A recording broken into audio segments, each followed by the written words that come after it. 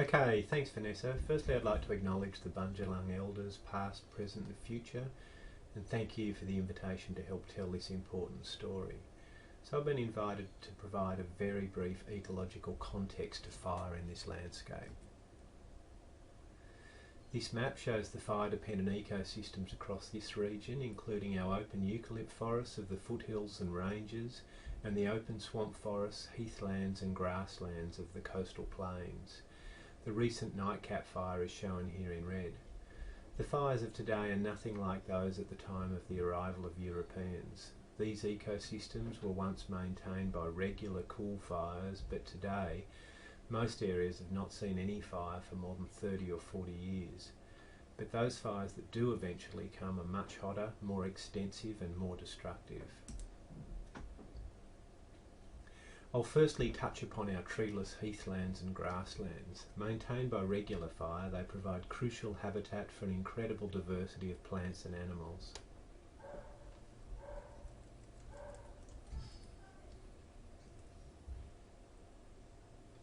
However, without fire, our treeless ecosystems are being displaced by forest. The lack of fire allows trees to recruit into the heathland, but in the early stages, as shown in the middle photo, the canopy is still sparse enough to allow the shade-intolerant ground layer plants to coexist with the trees. Over time, however, the trees become so thick that they shade out the original dense ground layer habitat. Importantly, this tree growth and this process altogether is actually being accelerated by climate change, in particular elevated atmospheric carbon dioxide. Here's an example to the west of Brunswick Heads. The fine textured area within the orange line is treeless vegetation, and beyond the line forest and tall shrubland. Moving forward 30 years without fire, forest and tall shrubland has now displaced much of the heathland. This is sedgeland in Arakwal National Park. Wet heathland in the Tea Tree Lake Aboriginal area south of Suffolk Park. And at the other end of the same catchment, and in the Bundjalung Wilderness area. This is the Clay Heath in Arakwal National Park, showing change after 40 years without fire. Essentially the heath has been shaded out by the encroaching forest trees, and the resulting habitat is no longer suitable for the original heathland species. Looking now at our open forests, which provide crucial habitat for around half of our plants and animals, including most owls, macropods, gliders, parrots and of course the koala. However, without regular fire, these forests are vulnerable to invasion by rainforest pioneers. This process of rainforest expansion is also accelerated by climate change and has been found to affect more than 80% of the dry open forests in Byron Shire. Similar patterns are found across Tweed, Ballina and Lismore Shires as well. Rainforest pioneers are also rapidly spreading into our swamp paperbark forests.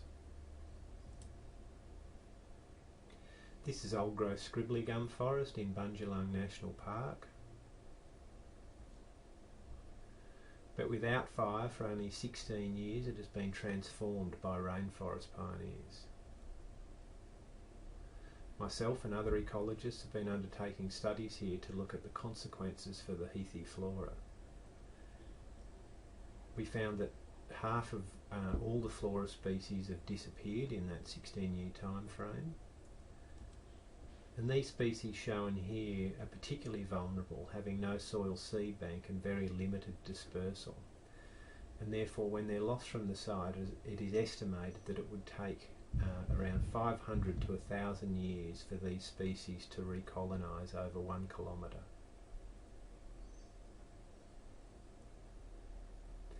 We also looked at insectivorous bats, most of which need open spaces between the trees to hunt effectively. However, bat abundance and diversity declined sharply with rainforest pioneers, and these are the species most severely affected. Numerous other studies along the east coast have found that all these species shown here decline sharply or disappear altogether as rainforest pioneers move into open forests. But we can't keep fire out forever, particularly in the face of climate change. This is the 2019 nightcap fires on their worst day. By trying to exclude fire, we prime our landscapes for catastrophic wildfires. By forcing burns to occur under catastrophic conditions such as the drought and heat waves experienced through the early parts of summer.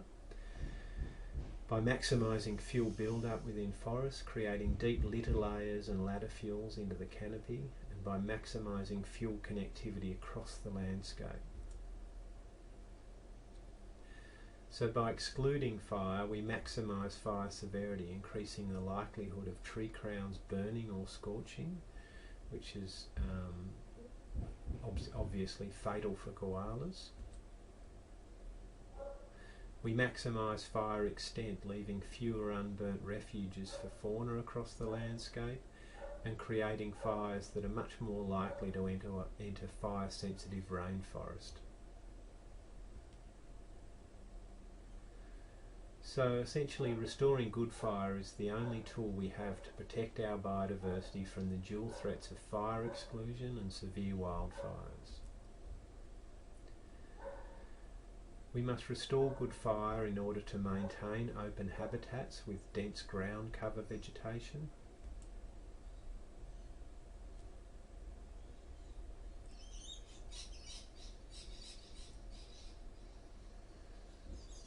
And we need good fire to increase habitat diversity across the landscape. On the left is a landscape dominated by large wildfires. The different colours here represent different habitat ages. I can make out roughly 3 broad colours there, the dark orange, or the orange, sorry, the light blue and the dark blue, representing large wildfires sweeping across this landscape. On the right, however, regular use of small fires by the martu here in the western deserts for hunting has increased habitat diversity, but also it increases the age and extent of long unburnt areas by preventing wildfires penetrating, by reducing fuel connectivity across the landscape. So this can be seen by the marked diversity in colours representing different age classes, but also the complexity of those different habitat patches. We also need cool, regular burns to protect the forest canopy from severe wildfires. On the right we can see this cool burn here in the Tweed has left the canopy unscorched, and this endangered glossy black cockatoo was seen feeding on the unscorched she oak cones only 24 hours after the fire. These glossy black cockatoos are critically dependent on she oak cones, which are otherwise lost in severe wildfires, ground fires. And we also need to restore good fire to protect our fire-sensitive ecosystems by reducing the severity of fires along rainforest margins and reducing the severity of fires as they approach these sensitive ecosystems by reducing fuel within the forest and connectivity on the landscape as it approaches these areas. So in summary, we are currently seeing the worst of both worlds. We're seeing decades of fire exclusion and all the issues that causes for the biodiversity of our open ecosystems. And these periods are punctuated by destructive, severe wildfires. So we as a community need to make a choice. If we wish to keep and protect both our fire-dependent and fire-sensitive biodiversity, we need to restore regular cool burns, that is good fire, to our country. Thank you.